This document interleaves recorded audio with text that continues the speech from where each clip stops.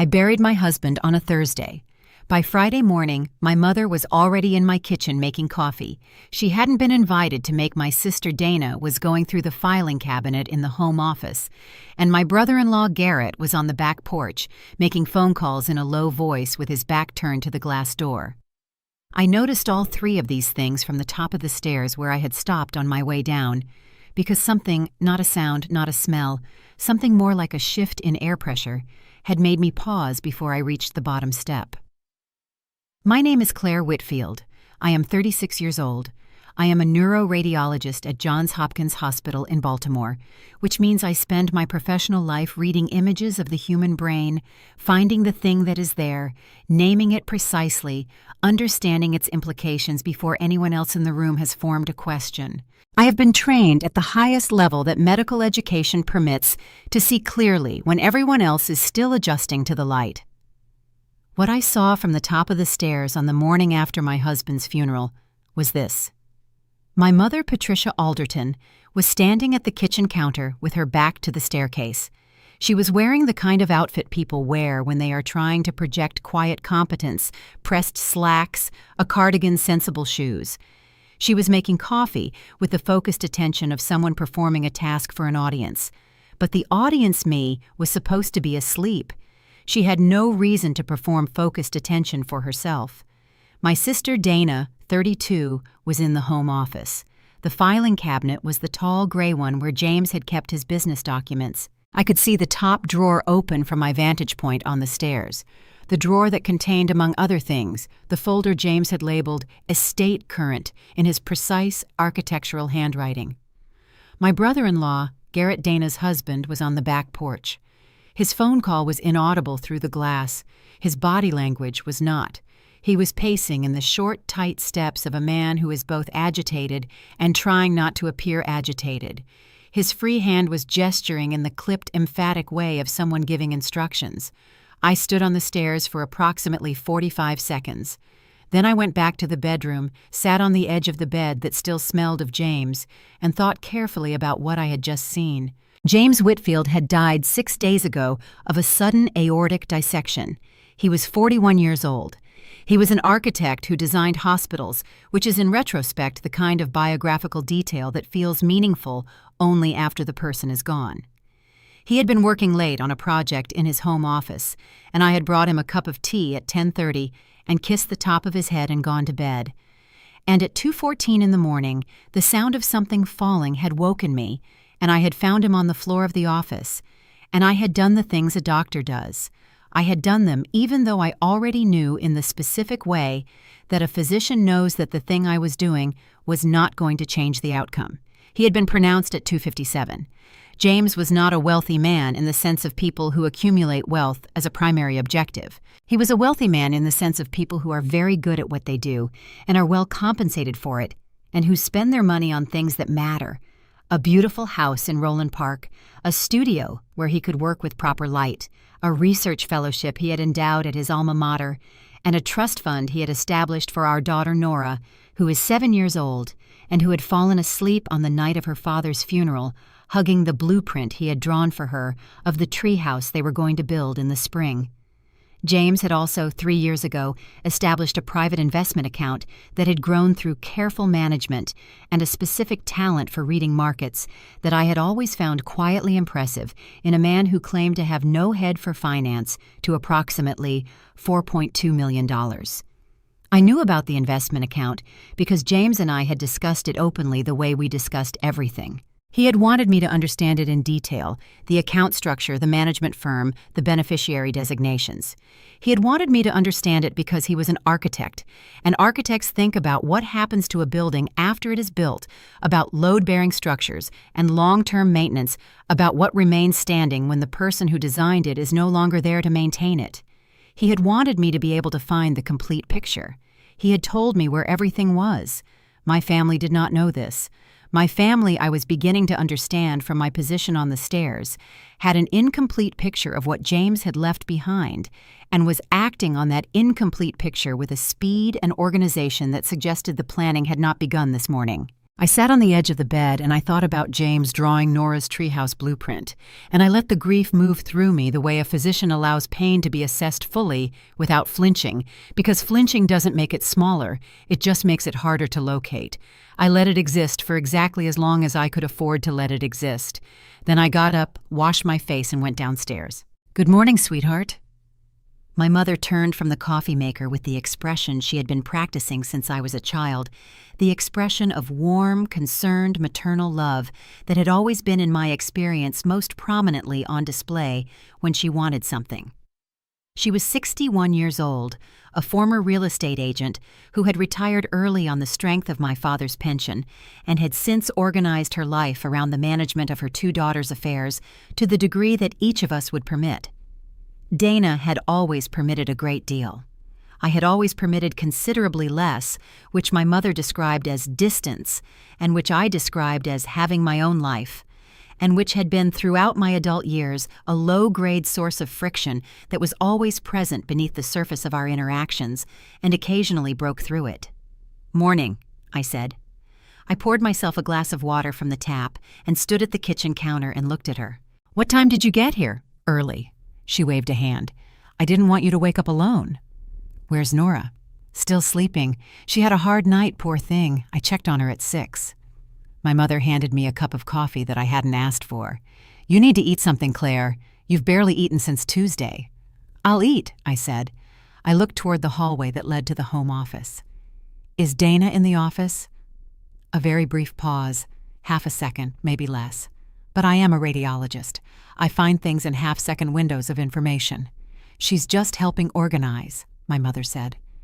"There's so much paperwork with these things, and you shouldn't have to deal with it right now. That's what family is for." "I appreciate that," I said. I kept my voice exactly as warm as it had been.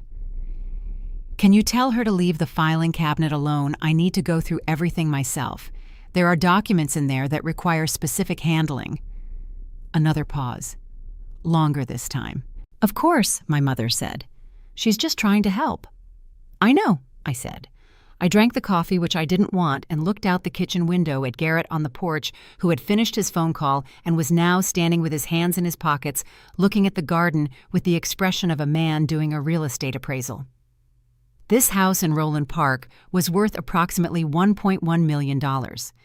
James had paid it off 18 months ago, a decision he had mentioned to me over breakfast one Sunday, with the quiet satisfaction of an architect who had finished building something to specification. Garrett was a commercial real estate developer who had spent the previous 5 years building a reputation in the Baltimore-Washington corridor and spending money slightly faster than he made it, which I knew because Dana had mentioned it with a particular combination of defensiveness and anxiety that told me the situation was worse than she was admitting. I put down the coffee cup and went to the home office. Dana was standing at the open filing cabinet with a folder in her hands. She was 32, 3 years younger than me, and she had our mother's instinct for managing situations to her advantage, and none of the subtlety that would make that instinct less readable. She looked up when I came in with the specific expression of someone who has been caught and is deciding between two versions of explaining herself. "I was just organizing," she said. "That's James's estate folder," I said. I kept my voice completely level. The same voice I use when I am delivering a finding that requires the listener to absorb something significant, and I need them to remain calm enough to hear it. "I need everything in this cabinet exactly as he left it. Can you put it back, please?" "Claire, there's so much to manage. You're in no state to—" "I'm in exactly the state I'm in," I said, "which is tired and grieving and capable of managing my own affairs. Please put it back." Dana put the folder back. She closed the drawer. She looked at me with the expression that was her version of my mother's warm, concerned performance, slightly less polished, slightly more genuine in its resentment. "We're just trying to help," she said. "I know you are," I said. "Come have coffee." They stayed until noon. In those 3 hours, I learned the following things through the specific combination of direct observation, careful listening, and the kind of inference that is second nature to someone who has spent 15 years finding hidden things in images that look to the untrained eye completely unremarkable. First, they had spoken to someone. The phone calls, Garrett's on the porch, my mother's 2 trips upstairs to check her messages were coordinated. They were reporting and receiving instruction. The question was from whom?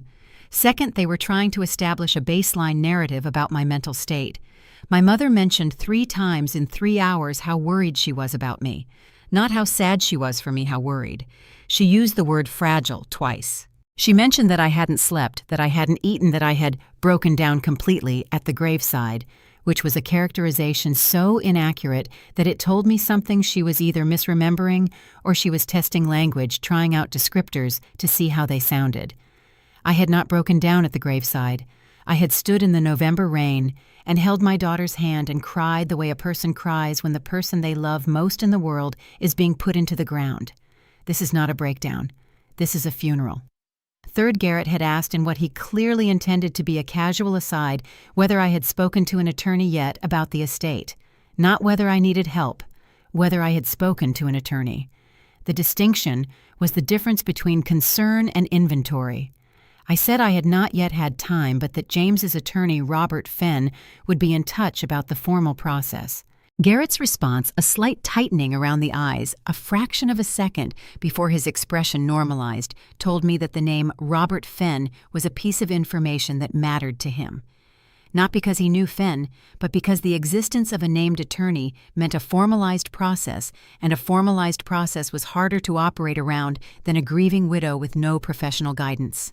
After they left, I locked the front door, checked on Nora, who was awake and sitting at her desk with her father's blueprint and a set of colored pencils, turning the treehouse drawing into something more elaborate and more colorful than he had drawn it, and I sat at the kitchen table with my phone and called Robert Fenn. He answered on the second ring.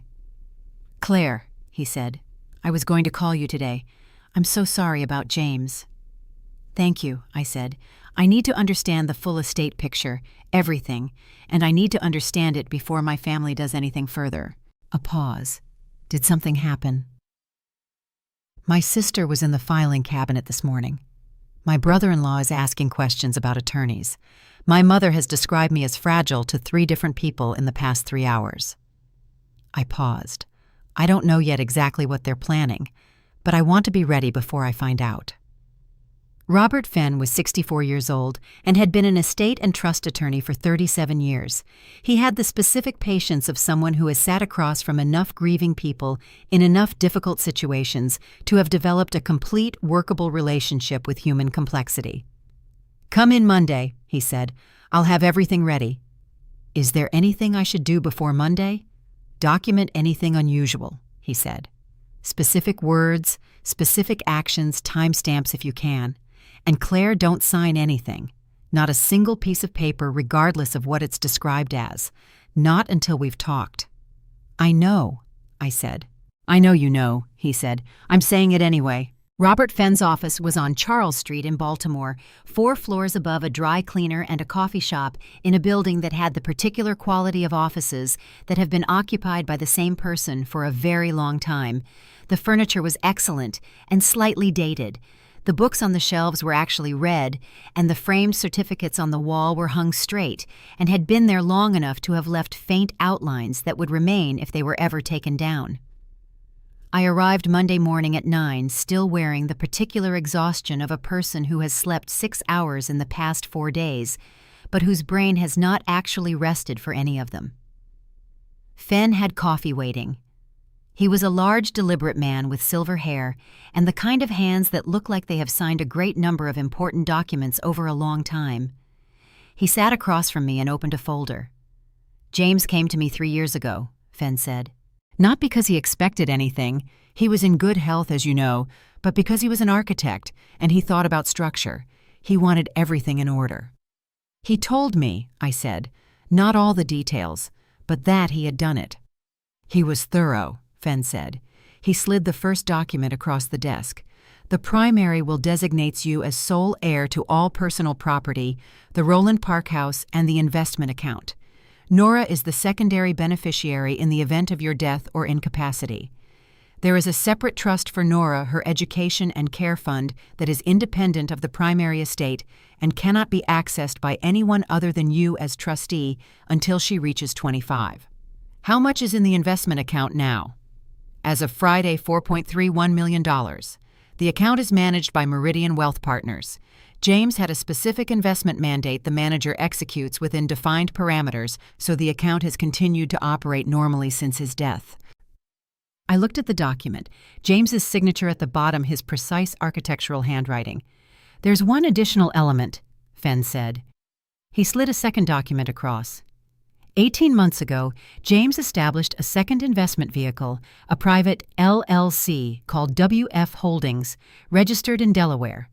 The LLC holds a portfolio of 3 commercial real estate investments, a retail strip in Towson, a small office building in Bethesda, and a fractional stake in a mixed-use development in Annapolis. Current combined value, approximately $2.8 million. I looked at the document. He didn't tell me about this one, I said. He intended to, Fenn said. He told me at his last review appointment in August that he was going to talk to you about it in the fall. He had been waiting for the Annapolis project to clear its final permitting, which happened in September. Fenn paused. I believe he was planning to tell you over Thanksgiving. The specific grief of that sentence, the conversation that had been planned, the Thanksgiving table at which it was going to happen, the version of November that had not come moved through me, and I let it move. So the total estate, I said, is the house, the primary investment account, and the LLC. Approximately $8.2 million in combined asset value after debt obligations, which are minimal. The house mortgage was paid off. The LLC has no leverage. The investment account is fully liquid. I sat with this for a moment. My family doesn't know about the LLC, I said. Almost certainly not, Fenn said. The LLC is registered under the WF Holdings name, which is not searchable against James's name in any public database. It would require a very specific and knowledgeable search to connect it. What would a conservatorship do to this? I said. Fenn looked at me very carefully. What makes you ask that? Because my mother has been describing me as fragile to everyone she speaks to, because my brother-in-law is asking about attorneys, because my sister was in the filing cabinet on the morning after the funeral. I held his gaze. I want to understand the mechanism they would use if they decided to use one. Fenn sat back in his chair. He was quiet for a moment, in the way of someone who is deciding how much to say and in what order. A conservatorship, he said, is a legal mechanism that allows a court to appoint a guardian to manage the financial affairs, and in some cases, the personal decisions of a person deemed unable to manage those affairs themselves. In Maryland, the process requires a petition to the circuit court, a medical evaluation, and a hearing. If granted, the conservator assumes control of all assets, including discretionary decisions about the investment account, the LLC, and the property. And if someone petitioned for conservatorship on the grounds that I was mentally incapacitated by grief, I said, what would they need to show? They would need a medical evaluation, specifically a licensed psychiatrist or psychologist's assessment that you lack the capacity to manage your affairs. They would need to demonstrate that the incapacity is real and present, not temporary. They would need 2 independent witnesses to your behavior. He paused. They would also need standing a family member with established relationship to you, which your mother or sister would have. And if they got it, if they got a conservatorship, the conservator would have legal authority over every financial decision you make. They could liquidate assets. They could direct investment decisions. They could, depending on the scope granted by the court, determine your living situation. And he said this in this measured way of someone delivering information that is accurate and that he does not enjoy delivering. They could take $8.2 million, I said, and I would have no legal recourse. While the conservatorship was active, your options would be limited to challenging it through a counterpetition, which is difficult, expensive, and slow. He paused again. James thought about this. He built some protections into the estate structure specifically because... He stopped. Specifically because what? I said. Fenn looked at his folder. He opened it to a page near the back. James came to me in August, he said, and he told me that he had been concerned for some time about your family's relationship to your financial situation. He described specific incidents. He asked me whether there was a scenario in which a family member could attempt to access his estate through a conservatorship proceeding against you. Fenn looked up. I told him yes. I told him it was unlikely, but possible. He asked me what we could do to make it harder. I was very still. What did you do? I said. We restructured the investment account's beneficiary and access protocols. Under the new structure, any action on the account withdrawal reallocation management change requires dual authentication, your biometric signature, plus a PIN that only you and I know. A conservator would have your name and authority, but not the PIN, which means they could not access the account without coming back to me. And they cannot compel me to provide the PIN without a specific and very well-documented court order. And the LLC. The LLC operating agreement contains a provision that requires the unanimous consent of all managing members for any transfer or liquidation of assets. You are the sole managing member. Any court order affecting the LLC would have to be specifically tailored to pierce that structure, which requires a separate proceeding from the conservatorship itself. James who designed hospitals, James who thought about load-bearing structures and what remains standing when the person who built it is no longer there. He was protecting me, I said. Fenn said. He didn't tell you because he didn't want to frighten you. He told me he hoped these provisions would never be relevant. A pause. But he wanted them in place. I looked at the documents on the table. The will, the trust, the LLC operating agreement, the investment account protocols. They're going to petition for conservatorship, I said. It was not a question. I think you're right to prepare for that possibility, Fenn said, based on what you've described. He leaned forward slightly. Claire, I want to ask you something directly. Do you have any reason to believe that a court-appointed psychiatric evaluator would find genuine impairment in your capacity? I looked at him. I am a neuroradiologist at Johns Hopkins, I said. I read brain scans. I have been functioning at full professional capacity since the day after James died. I am grieving, which is appropriate and expected. I am not impaired. Can you document that? I have returned 11 calls, attended 2 professional consultations, managed all funeral logistics without assistance, reviewed my daughter's school schedule for the remainder of the term, and had this conversation. I said, I can document all of it. Good, Fenn said, because if they petition, the documentation of your functioning is the single most important piece of evidence in your defense. He closed the folder. I want to be honest with you. A conservatorship petition, even a frivolous one, is disruptive and expensive to fight. If they have a cooperative psychiatrist, someone willing to provide a convenient evaluation, the initial proceeding can move quickly. We would need to be ready to respond immediately. Tell me what to do, I said. He told me. My mother called on Tuesday afternoon, 2 days after my meeting with Fenn. Sweetheart. Her voice had the quality I had been cataloging since Friday, the warm, concerned performance layered over something purposeful underneath. I've been talking to Dr. Hargrove. You remember Dr. Hargrove. He treated Grandma Alderton during her difficulties. He's been so kind, and he mentioned that he would be happy to come by and see you. Just an informal visit. He's been worried about you. I was at my kitchen table where I had been since 8 in the morning, reviewing the documentation Fenn had sent. My daughter was at school. The house was quiet. That's kind of him, I said. I don't need a visit from a psychiatrist, Mom. A pause. It's not a formal thing. He's just a family friend. He wants to check in. Dr. Hargrove is a psychiatrist who treated your mother for her dementia, I said. He is not a family friend. He's a physician you have a relationship with. I kept my voice warm. If I feel I need psychiatric support, I have colleagues at Hopkins I'd prefer to see, but I appreciate the thought. Claire. Her voice shifted slightly towards something harder. You're not coping. I can see that. You're putting on a brave face, but you're not sleeping. You're barely eating, and Nora has been asking me questions about you that a 7-year-old shouldn't have to ask. What questions? I said immediately. Whether you're going to be okay, my mother said.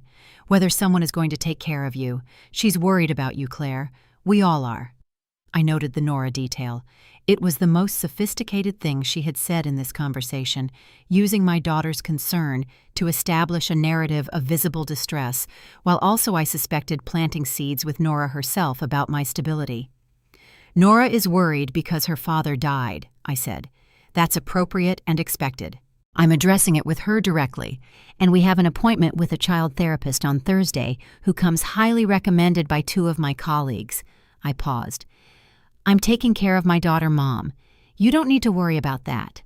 "I just think—" "I know what you think," I said, "and I understand that it comes from love, but I'm going to handle this myself in the way that makes sense for Nora and me. Can I count on you to support that?" She said yes. She didn't mean it. I knew she didn't mean it. But the conversation was now on record, her suggestion of the evaluator, my clear and coherent refusal, my articulation of the care I was already arranging for my daughter. All of it documented with the timestamps Fen had told me to keep. I put the phone down and made a note in the document I had been building since Friday, a time-stamped log of every conversation, every visit, every action that was even slightly unusual. Fen's advice. My advice to myself: document everything. Document. They moved faster than I had expected. On Wednesday, 6 days after the funeral, Garrett called. Not my mother, not Dana, but Garrett, which was a strategic choice. He was the most legally fluent of the 3, the one most comfortable with formal processes and professional language. "Claire," he said. His voice was modulated to sound both gentle and responsible. "I'm calling because we're worried about you, and we want to be transparent about what we're considering." "What are you considering, Garrett?" I said. "We've spoken to an attorney who specializes in guardianship and estate management. Given what we've observed over the past week, the difficulty you've been having, the sleep deprivation, some of the decisions you've made that have concerned us, we feel that a formal evaluation of your capacity might be in everyone's best interest." "Everyone's," I said. "Yours, Nora's. The estate needs to be managed, and you're in no position." "I spoke to Robert Fen on Monday," I said. "The estate is being managed appropriately. Nora's trust is fully functional. I have returned to modified clinical duties as of this morning. I am in daily contact with my department chair. I am functioning, Garrett." A pause. The specific pause of someone who has been given information that complicates their plan and is processing it. "Claire, we don't want this to become adversarial." "Then don't make it adversarial," I said. "We've already retained an attorney. Dr. Hargrove has agreed to conduct an evaluation. If you cooperate with the evaluation—" "I will not cooperate with an evaluation conducted by a physician selected by your attorney," I said. "If a court orders an independent evaluation by a court-appointed psychiatrist, I will comply fully and completely. I will not comply with an evaluation designed by the parties seeking the conservatorship. We haven't filed anything yet." "But you're planning to," I said. "I know you're planning to. I want you to know that I am aware of the plan, that I have documented everything since last Friday, and that I have retained counsel." I kept my voice even. "I am not fragile, Garrett. I am not in crisis. I am a physician who buried her husband 9 days ago and who is managing her grief and her responsibilities at a level that is not only adequate, but exceptional given the circumstances. You know this. My mother knows this. The narrative you're building is false, and it is going to fall apart in front of a court." A long silence. "We're doing what's best for Nora," he said. It was the first completely honest thing he had said in the conversation. Not because it was true, it wasn't true, but because it was the real justification they had given themselves. They had found the pressure point, and they were pressing it, the child. The 7-year-old who had asked whether someone was going to take care of her mother. "My daughter is my business," I said. "Not yours. If you file a conservatorship petition, I will respond with the full documentation of my capacity, the full disclosure of the estate's legal structure, and the full record of every conversation we've had since last Friday. I have everything, Garrett. Think carefully before you file." I hung up. I called Fen immediately. "They've retained an attorney," I said. "They have Dr. Hargrove lined up for an evaluation. They're going to use Nora."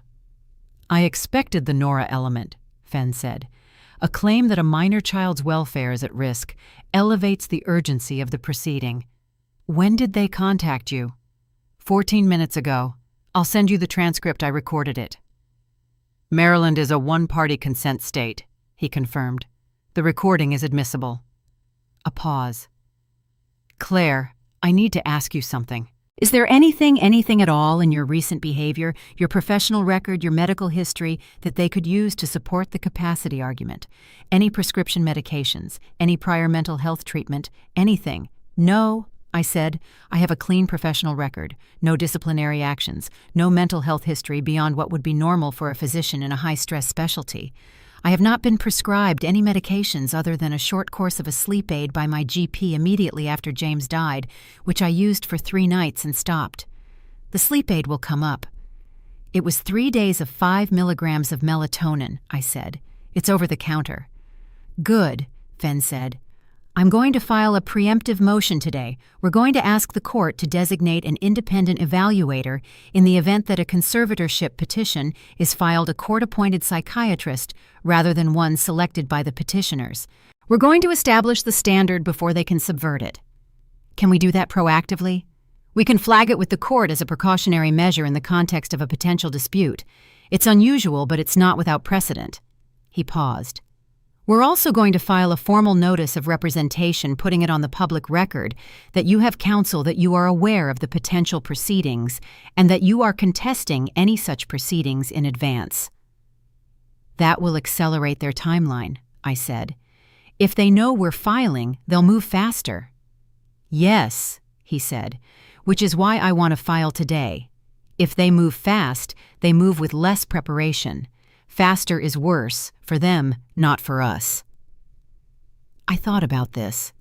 I thought about the architecture of the situation, the load-bearing walls, the points of maximum pressure, the places where the structure was strong, and the places where it could fail. James would have drawn this. He would have put it on paper, the whole diagram, with the specific clarity of someone who understood that a problem well mapped is a problem half solved. File today, I said. And Robert, I need the name of a forensic psychiatrist, not to evaluate me, to review Dr. Hargrove's methodology and credentials before any evaluation happens. A pause. Then, that is an excellent idea. I know, I said. I have good instincts about brains. My sister called me on Thursday evening while Nora was at her therapy session. I had been waiting for this call because Dana, for all her faults, had a specific quality that my mother and Garrett lacked. She was not comfortable with sustained dishonesty toward me in particular. We had grown up together. She knew me too well to maintain the performance without it costing her something. The call would come when the cost became too high. Claire, her voice was different from the practiced warmth my mother deployed and the professional modulation Garrett used.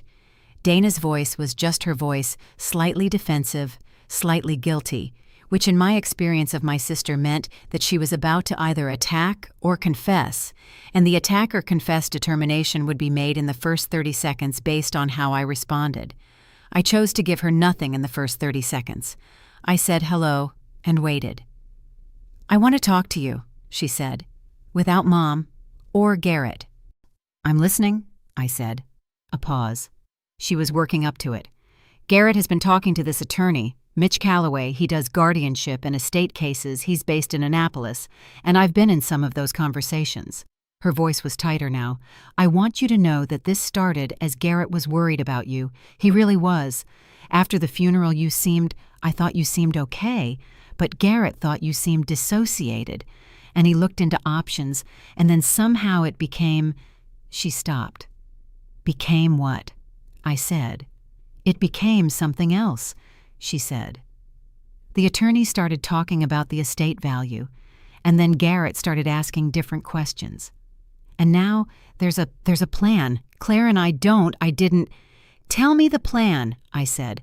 They're going to file next week, she said.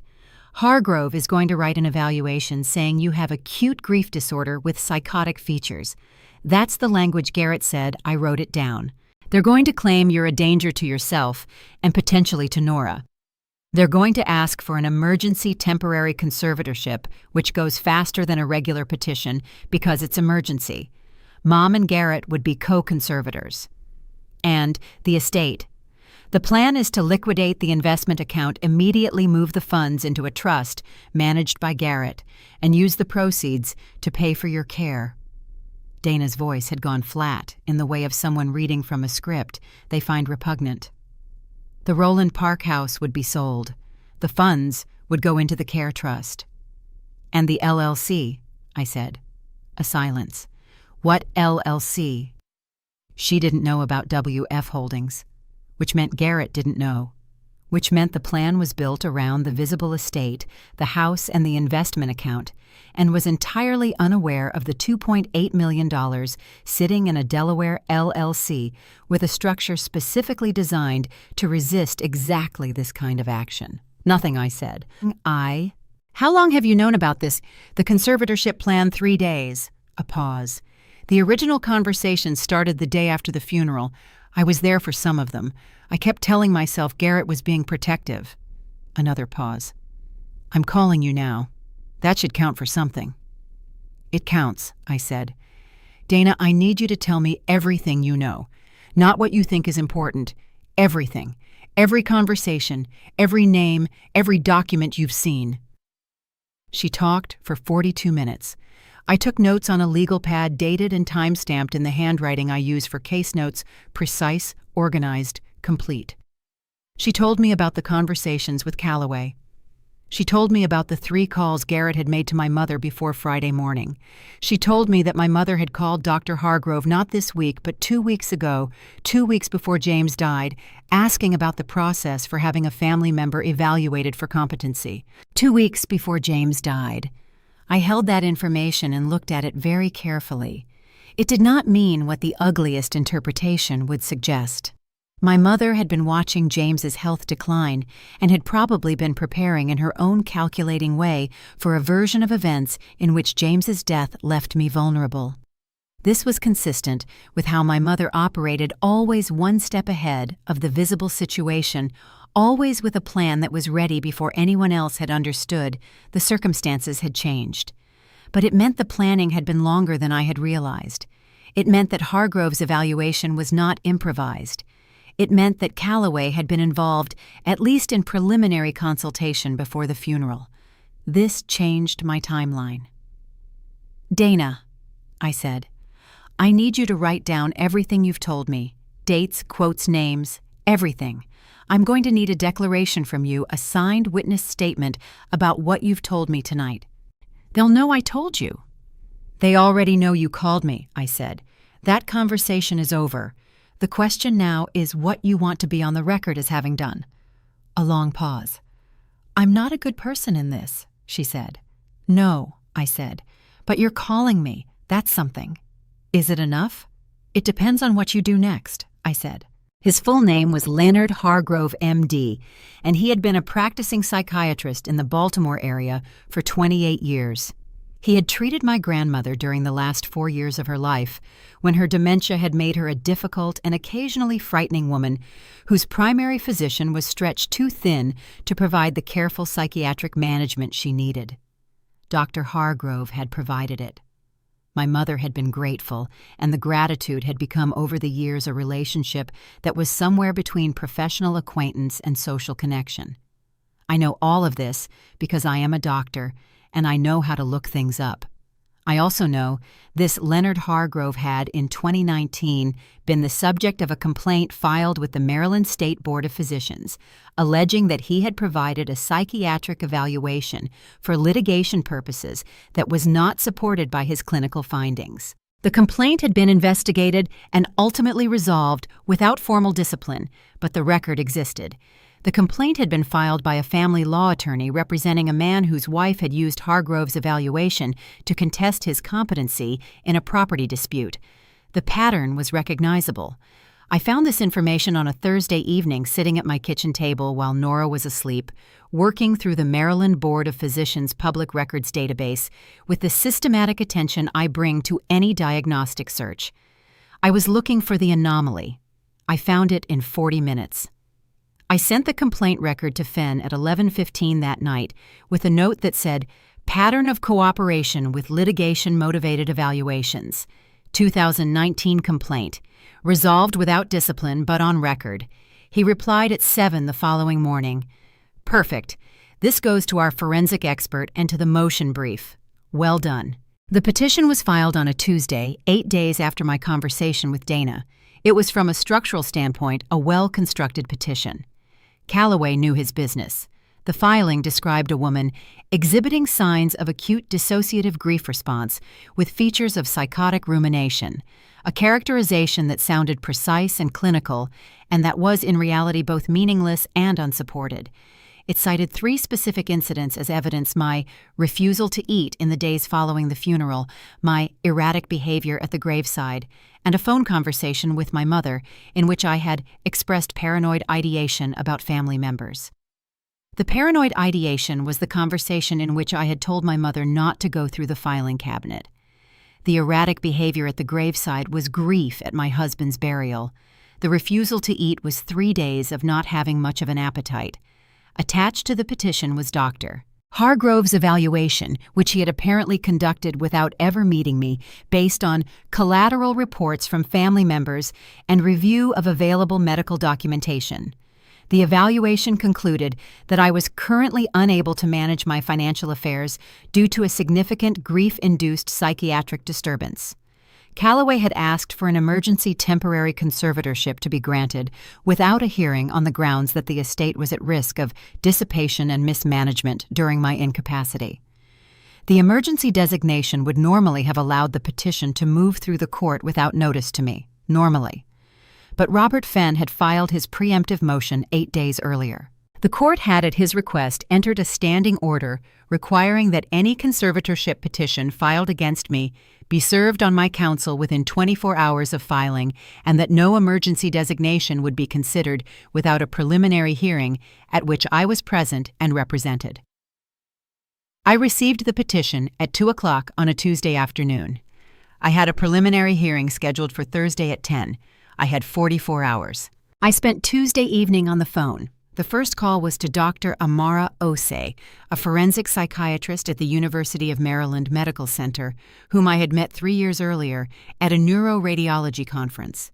She was 45, incisive, and had the specific quality of someone who is so thoroughly competent that they no longer feel the need to perform competence. She agreed to review Hargrove's evaluation as an expert witness within 24 hours.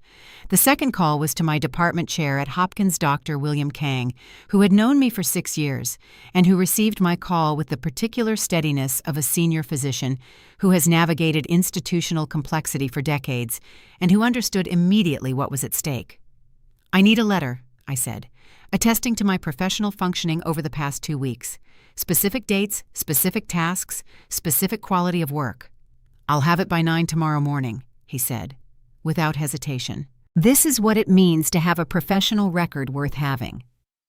The third call was to my anesthesiology colleague Jennifer Marsh, who had been with me in the reading room 4 days after James died, when I had reviewed a set of complex perfusion imaging scans and correctly identified a subtle arteriovenous malformation that 2 other radiologists had missed.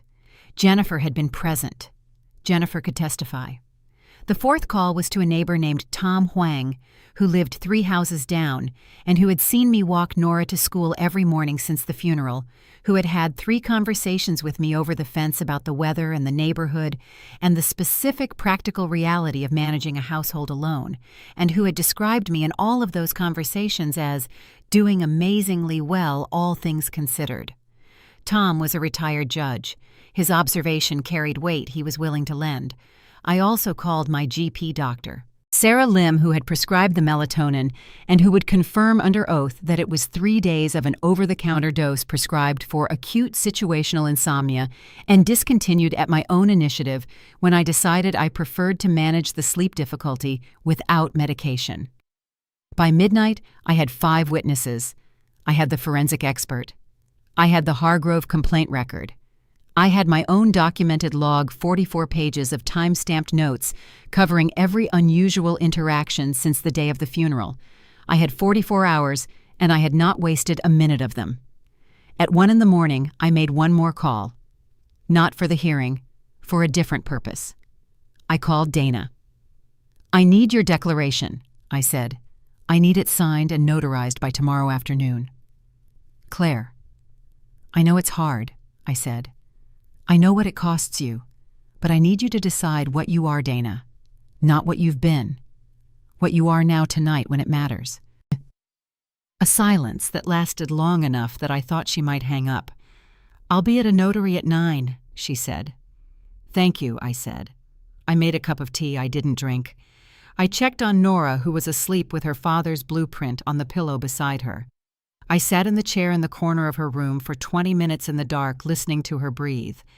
Then I went back to the kitchen table and kept working. The preliminary hearing was in Courtroom 4 of the Baltimore City Circuit Court before Judge Elaine Dorsey, who had been on the family law bench for 14 years and who had, according to Fenn, a comprehensive impatience with conservatorship proceedings that were not carefully grounded in actual clinical evidence. She's seen a lot of these, Fenn told me in the corridor outside the courtroom 20 minutes before the hearing. Families using the process to manage assets rather than care for people. She knows what it looks like. My mother was in the corridor with Garrett and their attorney Calloway, who was a trim man in his late 40s with the professional composure of someone who has been in a lot of courtrooms and has won most of them. He glanced at me with the calculating assessment of someone taking an inventory and finding it different from what he had been told to expect. Dana was sitting on a bench against the far wall away from my mother. My mother had seen her position and had gone pale in a way that was one of the few genuine expressions I had observed from her in the past 2 weeks. I walked to Dana's bench and sat beside her for a moment. "Thank you," I said. She nodded. She did not look at me, but she was there. Calloway opened for the petitioners with the clinical language of the petition, the acute dissociative grief response, the psychotic rumination, the danger to the estate and to the minor child. He cited Hargrove's evaluation with the confidence of someone who has used a friendly expert witness successfully before and has no reason to expect the strategy to fail. He called Hargrove first. Hargrove was 62, silver-haired, comfortable on the stand. He described his methodology: collateral interviews with multiple family members, review of available clinical documentation, application of diagnostic criteria from the DSM-5. Fenn cross-examined. "Dr. Hargrove," he said, "did you conduct a direct clinical interview with the respondent?" "I relied on collateral reports, which isn't accepted. Did you conduct a direct clinical interview with Dr. Claire Whitfield?" "No." "Did you review any of her professional records, her clinical work, her performance evaluations, her institutional record at Johns Hopkins Hospital?" "I reviewed the documentation provided by the family members who retained you," Fenn said, "not by her employer, not by her professional supervisors, not by anyone not party to this proceeding. Collateral reporting is standard in forensic." "Dr. Hargrove," Fenn's voice was even and unhurried, "are you familiar with the Maryland State Board of Physicians complaint filed against you in 2019 by the attorney representing Marcus Webb in the matter of Webb versus Webb?" A pause, a short one but visible. "That complaint was resolved without discipline." "It was. The complaint alleged that your evaluation in that matter was not supported by your actual clinical findings and was prepared in a manner designed to serve the litigation interests of the party that retained you." Fenn paused. "Is the methodology you employed in that evaluation substantially similar to the methodology you employed here?" Calloway objected. Sustained on the specific phrasing. Fenn rephrased. The collateral damage was done. Judge Dorsey was watching Hargrove with the expression of someone who has seen this witness type before and has already formed a view. Fenn called Dr. Amara Osei. She was precise, authoritative, and incisive in the specific way of someone who has appeared as an expert witness many times and understands that the job is not to perform expertise, but to communicate it accurately to a non-expert audience. "Dr. Osei," Fenn said, "you reviewed Dr. Hargrove's evaluation of Dr. Whitfield. What is your assessment of its methodology?" "The evaluation is methodologically unsound," Osei said. "It relies entirely on collateral reporting from parties with a direct financial interest in the outcome. It contains no direct clinical interview, no standardized assessment instruments, no review of independent professional records. The diagnosis cited acute dissociative grief response with psychotic features is not a recognized DSM-5 diagnosis. The DSM-5 does recognize prolonged grief disorder, which has specific diagnostic criteria. None of those criteria are cited in this evaluation. She paused. The evaluation's conclusions are not supportable by its methodology. In your professional opinion, does the evidence presented support a finding that Dr. Whitfield lacks the capacity to manage her financial affairs? No. It supports a finding that she has experienced a significant bereavement, which is expected and appropriate given the circumstances. Bereavement is not incapacity. Fenn then submitted the documentation package, my log doctor, Kang's letter, Jennifer Marsh's statement, Tom Huang's declaration, my GP's records the security footage from Hopkins showing my badge entries and exits over the previous 2 weeks, the academic productivity record showing 2 published papers under review and 1 lecture delivered. He submitted Dana's declaration last, and I watched my mother's face when it was entered into evidence. My mother's face did the specific thing faces do when a certainty collapses, not dramatic, not theatrical, just a subtle reconfiguration. The micro-muscular adjustment of someone who has just understood that the foundation they were standing on is not what they thought it was. Calloway cross-examined. He tried. He was a good attorney, and he tried. But you cannot cross-examine a badge record or a published paper or a lecture delivered or a neighbor's account of 6 clear, coherent conversations or the word of a department chair who had known the subject for 6 years and was willing to put his name on her capacity. You cannot cross-examine a functioning person. Judge Dorsey denied the petition. She did it in 9 sentences delivered from the bench with the flat efficiency of someone who has made a clear decision and sees no reason to elaborate. She found insufficient evidence of incapacity. She noted the methodological deficiencies in the Hargrove evaluation. She noted the extensive evidence of the respondent's professional and personal functioning. She noted specifically that the financial interests of the petitioning parties in the outcome of this proceeding have been amply demonstrated and are material to the court's assessment of the credibility of their representations. She denied the emergency designation. She denied the conservatorship. She ordered costs to be paid by the petitioning parties. 9 sentences. The gavel came down. The corridor outside courtroom 4 has the specific quality of courthouse corridors everywhere. Marble floors worn smooth by decades of significant footsteps, fluorescent lighting that flattens everything into the same institutional gray. The ambient noise of a building in which consequential things are always happening in the rooms on either side of wherever you are standing. I stood in that corridor for a moment after the hearing with Robert Fenn beside me and Dr. Osei behind me, and the sound of the courtroom door closing at my back, and I felt something I had not felt in 11 days, the specific physical sensation of weightlifting. Not all of it. Not the grief. The grief was still there in the particular deep body location where it had taken up residence the night James died, and it would be there for a long time. Grief does not lift on a timeline. I know this as a physician, and I was learning it again as a person. But the weight of the other thing, the weight of a threat that you have been holding in your peripheral vision while trying to function the cognitive load of the constant monitoring and the documentation and the careful management of every interaction that weight lifted when Judge Dorsey's gavel came down. I breathed. Fenn put his hand briefly on my shoulder. "Well done," he said. 2 words from a man who was not given to more than 2 words when 2 words were sufficient. Dr. Osei said, "Call me if you need anything further." She shook my hand and walked toward the elevator. She had a 12 o'clock class to teach. I walked toward the exit. My mother was in the corridor. She was standing near the water fountain with Garrett, who had his phone to his ear and was speaking in the rapid, clipped tones of someone managing a situation. Calloway was a few feet away, briefcase in hand, already calculating his next move, or his billing, or both. My mother saw me coming. I watched her decide what expression to wear. This was something I had watched her do my entire life, the specific moment before she engaged with me when she selected the performance from her available repertoire, warm and concerned, or hurt and disappointed, or dignified and wronged. She cycled through them in a fraction of a second and settled finally on something I had not seen from her before. She settled on nothing, just her face without the management, just 61 years old, and the specific exhaustion of someone who has been caught in something they cannot explain away. I stopped in front of her. "I'm not going to tell you what this was," I said. My voice was not loud. "You know what this was. I know what this was. The court knows what this was." My mother opened her mouth, closed it. "I loved James," I said.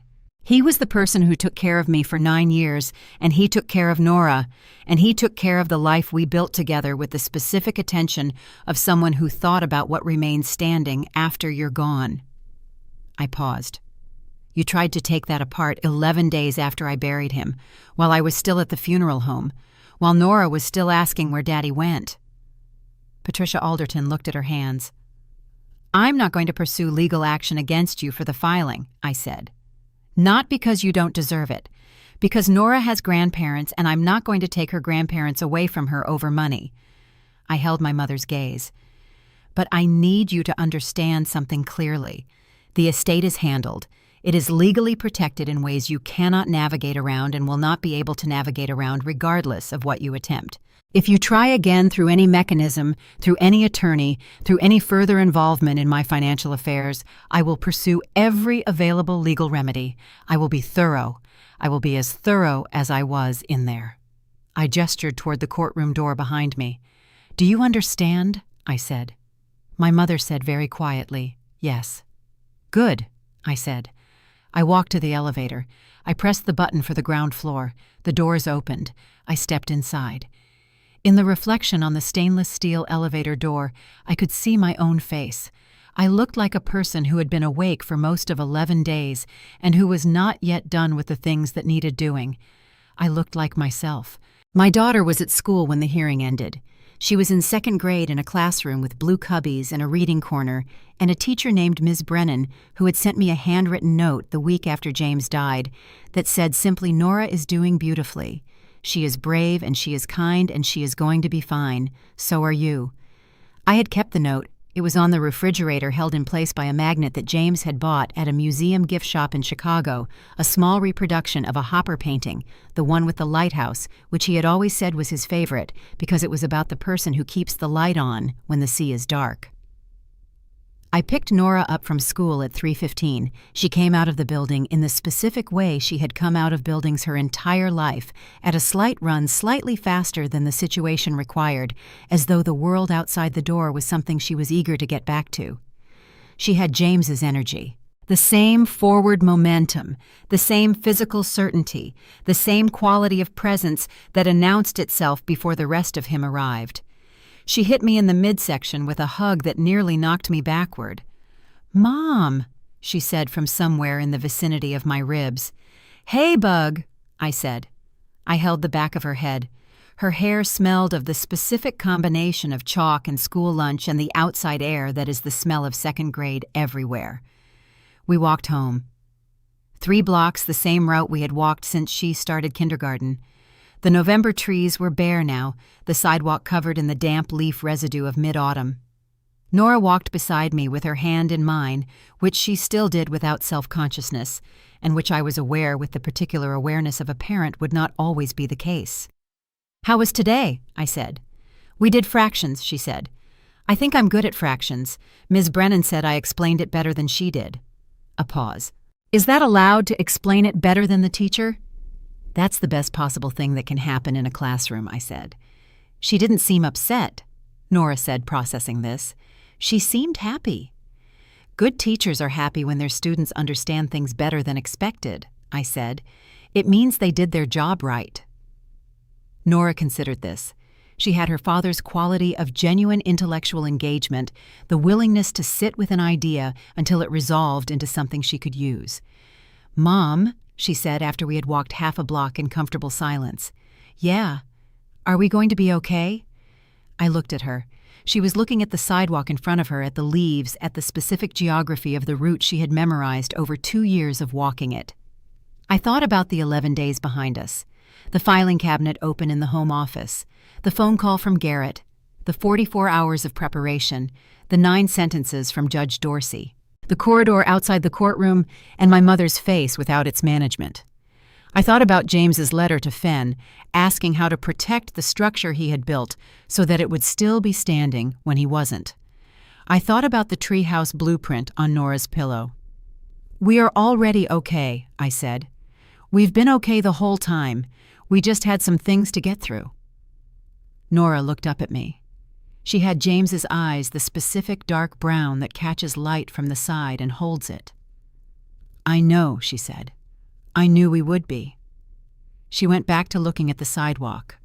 Her hand tightened slightly in mine, and then relaxed, and we walked the rest of the way home in the November afternoon that was cold and clear and exactly what November is supposed to be. The legal consequences for Garrett were the most significant, which was appropriate, because Garrett had been the architect of the plan in a way that my mother and Dana had not been. My mother had provided the emotional framing, the worried parent, the fragile daughter, the narrative of instability. Dana had provided access and information, at least until she chose not to. But the mechanism, the attorney, the evaluation, the specific legal structure of the conservatorship petition had been Garrett's design. He was the one who understood how the process worked, who had retained Calloway, who had spoken to Hargrove before the funeral, who had been on the porch making phone calls the morning after the burial. Garrett had looked at $8 million in a grieving widow's estate and had seen an opportunity with a specific and usable mechanism, and he had moved on it with the organized speed of a professional developer who is accustomed to identifying distressed assets and moving before the competition. The problem with treating a person as a distressed asset is that the person has options. I did not pursue Garrett through the criminal system. Filing a frivolous conservatorship petition, while contemptible, is not by itself a crime in Maryland. Calloway had been careful to stay on the right side of the line between aggressive advocacy and actionable misconduct, barely but sufficiently for criminal prosecution to be a difficult path. I pursued him through the path he would feel most directly, the professional one. Garrett's commercial real estate development business operated in the Baltimore-Washington corridor. He had active projects in 3 jurisdictions and pending applications in 2 more. His business model depended on maintaining relationships with municipal planning departments, commercial lenders, and institutional investors, the specific ecosystem of trust and reputation that a developer builds over years, and that can be damaged with targeted precision. I am a physician. I am not a developer. I would not have known how to damage that ecosystem. But I knew someone who did. James had worked with commercial developers throughout his career. He designed their buildings, which meant he knew their finances, their reputations, their histories. He knew where the bodies were buried metaphorically, and he had trusted his attorney with information that went beyond estate planning. James mentioned Garrett to me twice. Fenn told me in our meeting the week after the hearing. Specifically, he mentioned that Garrett had approached him about 18 months before he died with a proposal to invest in one of his developments. James declined. He told me he had reviewed Garrett's financial statements as part of the due diligence and had found the leverage ratios concerning. "What does that mean in practical terms?" I said. "It means Garrett's business is significantly over-leveraged," Fenn said. "He has borrowed heavily against his existing projects to fund new ones. This is not unusual in real estate development, but his ratios are at the outer edge of what institutional lenders typically accept. He has been managing this by moving quickly from project to project, using the proceeds of completed deals to service the debt on in-progress ones." Fenn paused. "It is, to use a non-technical term, a house of cards. A competent financial analyst reviewing his books would see it immediately." "And the conservatorship petition," I said slowly. "If it had succeeded, if they had gotten access to $8 million, it would have stabilized his position for 2 to 3 years," Fenn said. "Bought him time to either resolve the leverage problem or find another source of capital." He looked at me. "You were the other source of capital, Claire. That's what this was." I sat with this. I had known it was about the money. Of course I had known it was about the money. But there is a difference between understanding the motive abstractly and understanding the specific mechanism, the specific way in which a person looks at another person's grief and calculates how to use it as an entry point. "What can we do?" I said. "Several things," Fenn said. "First, the court awarded costs. Callaway's fees are not insubstantial, and Garrett will be paying them. Second, the petition and its dismissal are public record. Any due diligence performed on Garrett by a prospective partner or lender in the future will surface the conservatorship filing and the court's finding. The court's language was pointed. The petitioner's financial interests were amply demonstrated. That language in a public court record is not something that washes off. He paused. Third, I have a colleague who works with the Maryland Real Estate Commission. There is a reporting mechanism for financial misconduct by licensed real estate professionals. The conduct here using a fabricated legal proceeding to attempt to access a third party's assets for personal financial benefit arguably falls within that mechanism. Arguably, I said. It's a close question, Fenn said. I think it's worth asking. Ask, I said. The Maryland Real Estate Commission received the referral 3 weeks after the hearing. The investigation took 4 months. At the conclusion, Garrett's real estate license was placed on a 2-year probationary status with mandatory financial disclosure requirements, a finding that was itself public record, and that in combination with the court's language from the conservatorship denial created a paper trail that no institutional lender or development partner would overlook. Garrett's Annapolis project, which had been in active financing discussions with a Mid-Atlantic regional bank, lost its financing commitment within 6 weeks of the commission finding. Without that financing, the project stalled. Without the project proceeds, 2 of his existing debt obligations went into technical default. By the following spring, Garrett's development company had restructured under a creditor arrangement that reduced his ownership stake from 100% to 31%. He retained a management role at a salary subject to the oversight of the creditor committee. He did not contact me during any of this. Dana told me in one of our occasional conversations over the following year that he was angry in the specific way of people who believe they have been wronged by the consequences of their own actions, the anger of someone who understands what happened but cannot bring themselves to acknowledge the connection between what they did and what followed. He thinks you did this to him, Dana said. I gave the court accurate information about what he did, I said. The consequences followed from that. I didn't manufacture the leverage ratios in his financial statements. I know, Dana said. I know that. My mother and I did not speak for 3 months after the hearing. This was not a dramatic severing. There was no formal declaration, no final confrontation, no scene in which ultimatums were delivered and lines were drawn. There was simply a silence. The silence of 2 people who have said what needed to be said and need time to determine what, if anything, comes after it. She did not come to the house. She did not call. She sent a card at Christmas, a plain card, the kind sold in boxes of 20 at the drugstore, with a photograph of a winter landscape on the front and my mother's handwriting inside. Thinking of you and Nora. Love, Mom. I showed the card to Nora. Grandma sent this, I said. I know her handwriting, Nora said. We should send one back. We sent one back. A photograph card, one I had made at the drugstore, with a photograph of Nora at her school Thanksgiving performance dressed as a pilgrim with a felt hat that was slightly too large for her, and that she wore with absolute serious dignity throughout the entire production. My mother called 2 weeks after she received it. We talked for 22 minutes, not about the hearing or the estate or Garrett, about Nora's felt hat, which my mother described as exactly what your grandmother's hats looked like in old photographs. She would have been delighted. About the Christmas decorations my mother had put up, which were different this year, because she had decided she was tired of the ones she had used for 20 years and had bought entirely new ones. About James's garden, which I was trying to maintain because he had cared about it, and because Nora had started learning the names of the plants. At the end of the call, my mother said, "I'm sorry, Claire." 2 words after 20 minutes of everything else dropped into the end of the conversation with the specific difficulty of a person who does not find apology natural and is making herself do it anyway.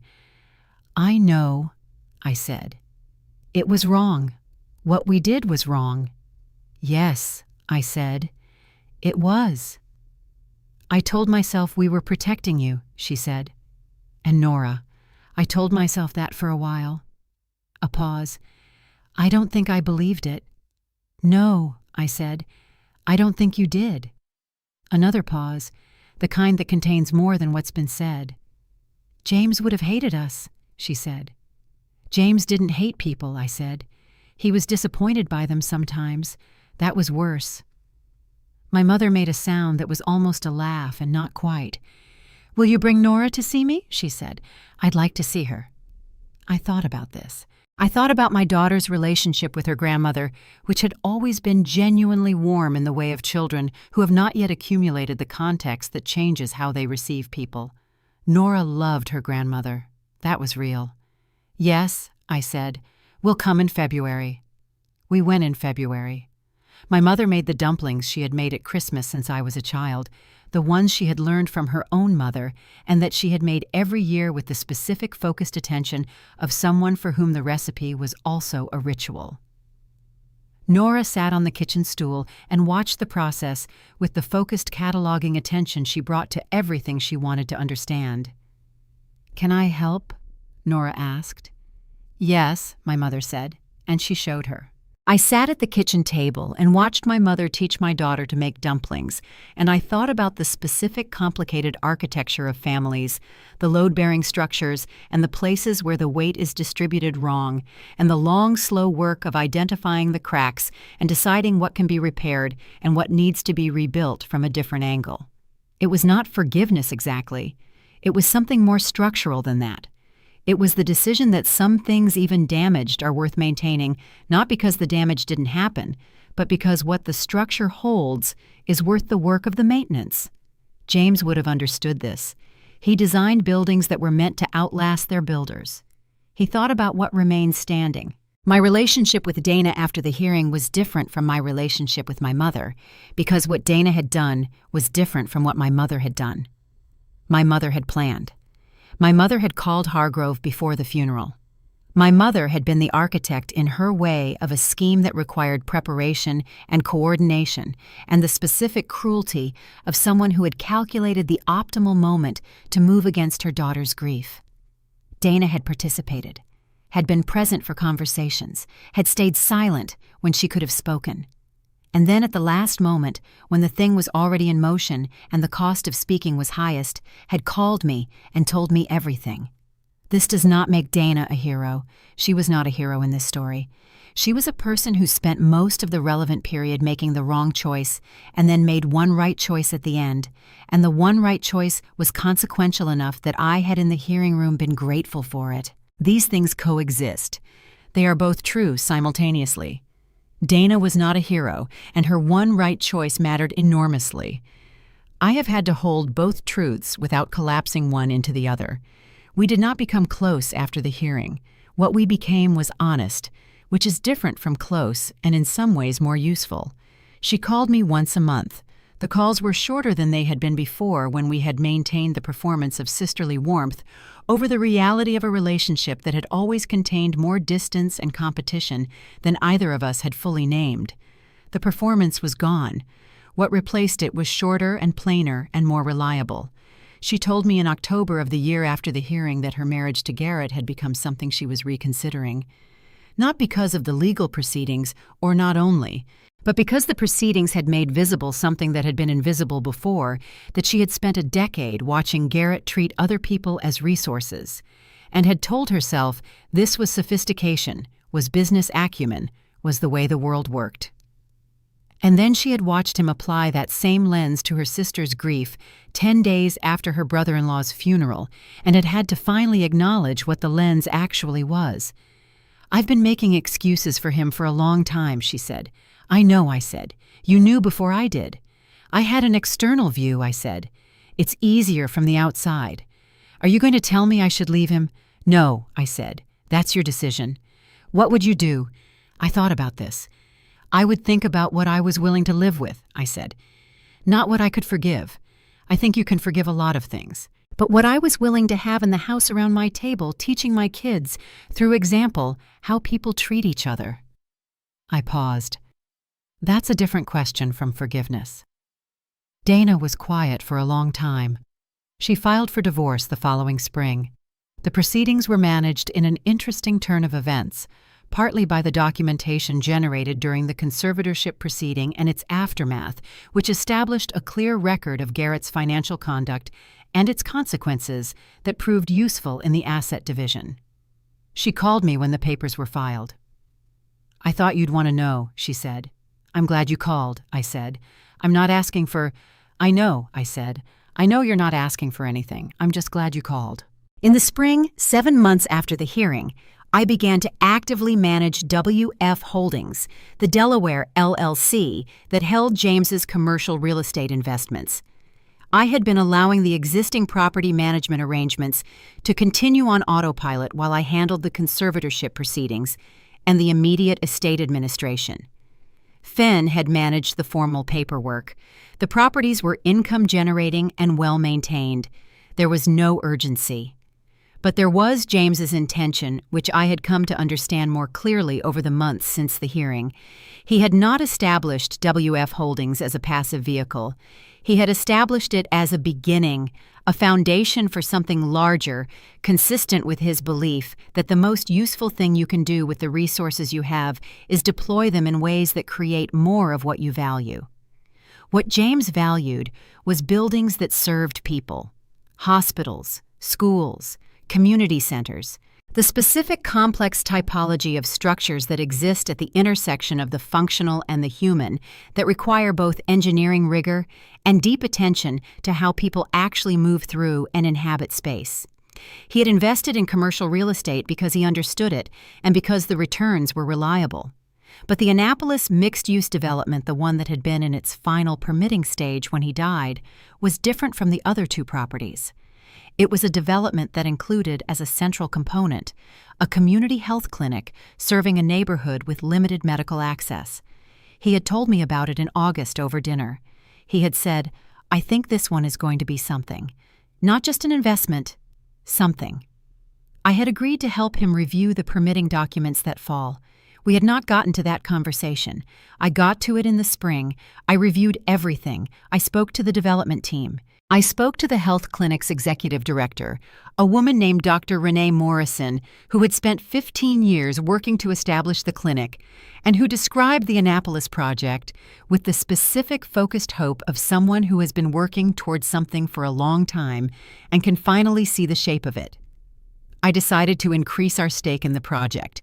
Not dramatically, the LLC's existing fractional position gave us approximately 12% of the development. I structured a purchase of additional units that brought WF Holdings to 31%. This was a significant investment, not a trivial one. But the Annapolis project was going to build a community health clinic that would serve a neighborhood where the nearest comparable facility was 14 miles away. James had seen something in it. I could see it too. The development broke ground in November, exactly 1 year after James died. I took Nora to the groundbreaking. She stood beside me in her winter coat, watching the first machinery move earth, and held my hand with the specific firm grip she has when she is paying close attention to something. "Dad would have liked this," she said. "He would have designed it," I said. "He probably had ideas." "Do you think he drew sketches?" I thought about the blueprint on her pillow, the treehouse with the detailed specifications, the precise measurements, the careful notation of where the ladder would go and how the floor would be supported. "I think he probably had ideas about everything," I said. "That was how he was." Nora nodded, watching the machinery. She was quiet for a moment, in the way she is quiet when she is deciding something. "Mom," she said. "Yeah." "When I grow up, I want to design things," she said. "Not buildings necessarily, maybe." She paused. "Things that help people, like you do, but with buildings." "Architecture," I said. "Or medicine," she said. "Or both." "Both is possible," I said. "I know," she said. "I just haven't decided yet." She was 8 years old, standing at a groundbreaking ceremony for a community health clinic in Annapolis, watching the earth turn over in the November morning, and she had not yet decided whether she would be a doctor or an architect when she grew up. Her father would have been so proud. "I want to tell you about a case. In February, 4 months after the hearing, I received a referral from a neurology colleague, a 63-year-old woman named Ruth Ellison, who had been experiencing intermittent visual disturbances and had been told by 2 separate imaging centers that her MRI was normal. The images were not normal. What the previous radiologists had missed was a very small, very subtle lesion in the right occipital lobe, a lesion that was in its characteristics consistent with a rare inflammatory condition that, if untreated, would produce progressive visual loss and eventually more significant neurological damage. It was visible on the imaging. You had to know where to look and how to interpret the specific signal characteristics. I found it in 7 minutes. I called the referring neurologist. I explained what I had found and what it meant, and what the treatment implications were. He was quiet for a moment, and then said, "How long has this been there?" "Based on the signal characteristics, probably 12 to 18 months, I said. If the previous studies were read by radiologists who weren't familiar with the specific presentation of this condition, it would be easy to miss. "You're sure?" "I'm sure," I said. Ruth Ellison began treatment the following week. Her visual disturbances began resolving within the month. I received a card from her in April, a handwritten card, 4 paragraphs describing what the previous year of unexplained visual symptoms had been like and what it had meant to finally have an answer. She ended the card with, "I don't know how to thank a doctor who sees what other doctors missed. I'm not sure there's a way. I just wanted you to know that you gave me my life back." I put the card on the refrigerator beside the note from Ms. Brennan and the Hopper magnet. I think about Ruth Ellison when people ask me why I chose neuroradiology, which is a specialty that does not have the drama of surgery or the intimacy of primary care. It is a specialty conducted largely in darkened reading rooms, in front of screens, in the company of images rather than people. I chose it because I have always believed that the most important work is the work of seeing clearly, of finding the thing that is there in the complexity of a scan that looks to the untrained eye to the eye, that is looking for something else to the eye, that has not taken the time to look closely enough, completely unremarkable. The thing is always there. The skill is in the looking. It is November again, a year exactly since James died. I am in the reading room at Johns Hopkins, which is where I spend most of my mornings.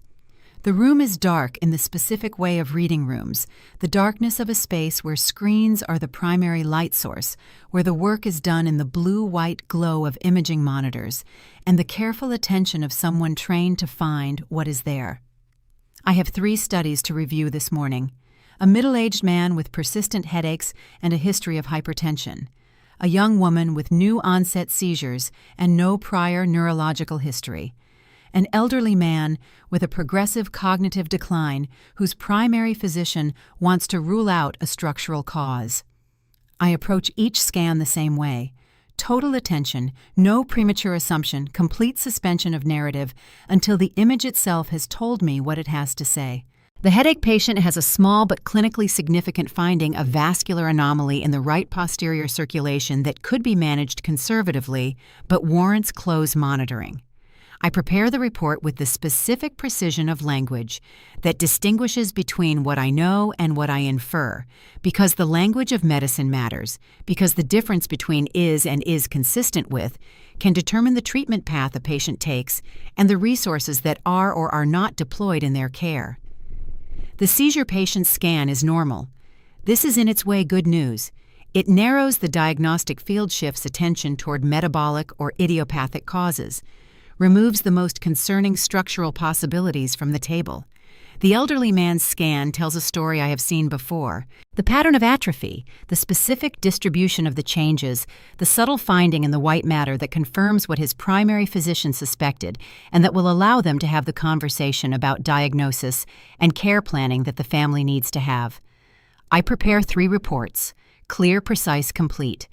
Then, I sit for a moment in the dark of the reading room in the blue light of the monitors, and I think about the year behind me. What I know now, 1 year after the worst thing that has ever happened to me, is this: James understood something about me that I have spent this year learning to understand about myself. He understood that I am not a person who breaks.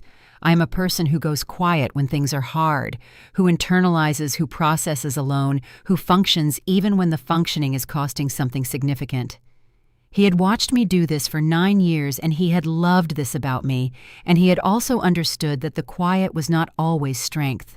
Sometimes it was protection, protecting the people around me from the reality of what it cost. He left me a letter in a way. Not in words, he did not know he was going to die, and so he could not write me a letter.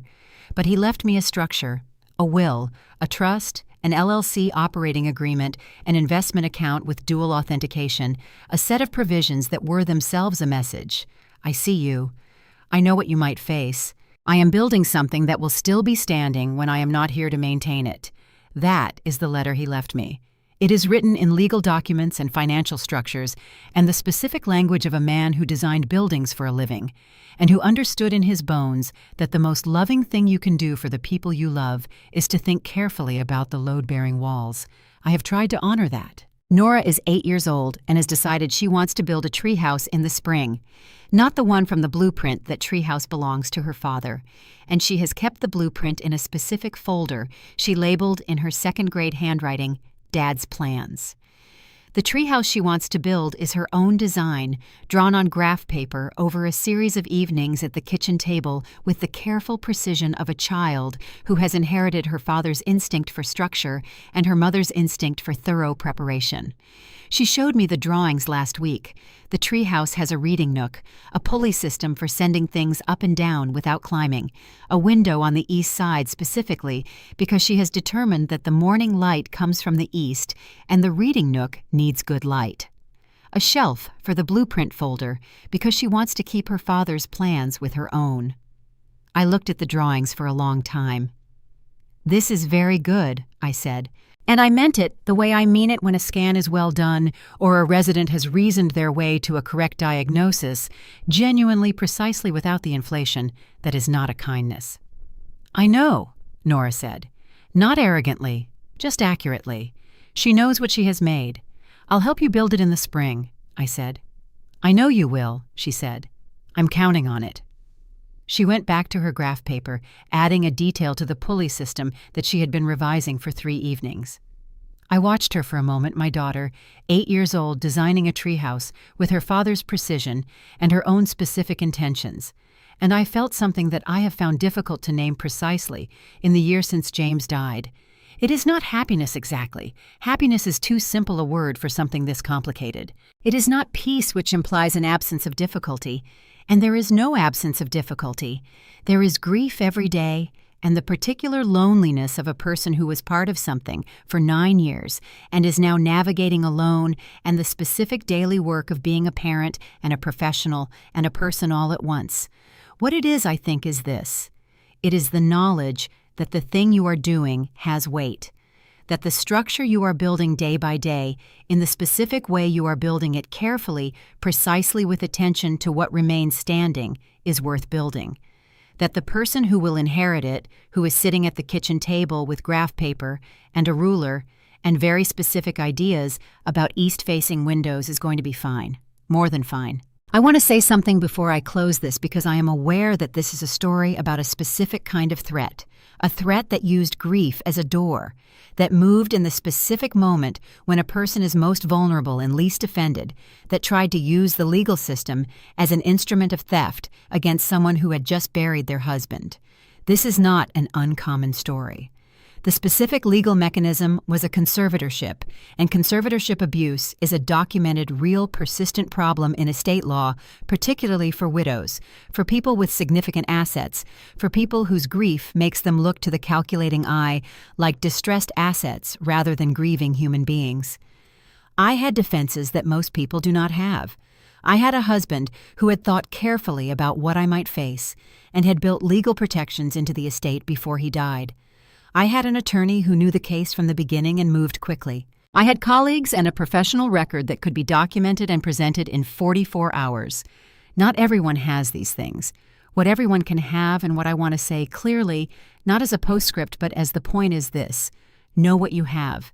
Not in the sense of knowing the numbers, though. Know the numbers too. Know who has access to what. Know whose name is on which account, and which property, and which document. Know the name of your estate attorney and have their number somewhere findable. Know that grief is not incapacity, that the people who love you do not get to decide that you cannot manage your own life, that the law provides protections for people in your position that can be accessed if you know they exist. James designed buildings that served people. He designed hospitals and clinics and community centers. He understood that the structure exists to protect the people inside it, that the whole point of the load-bearing wall is what it holds up.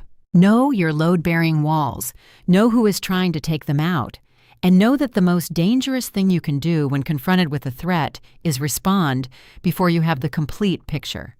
Wait for the complete picture, then move. The reading room is quiet.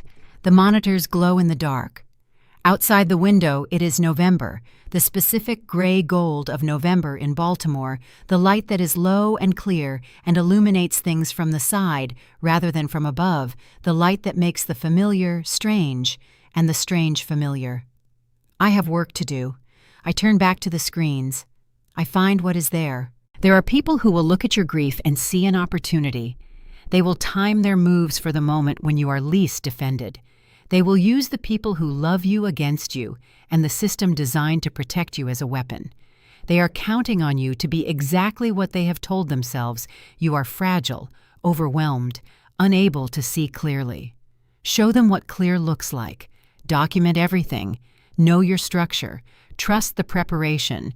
And wait with the patience of someone who has learned that the move made from full information is always more powerful than the move made from emotion. The whole board is yours to read. Read it.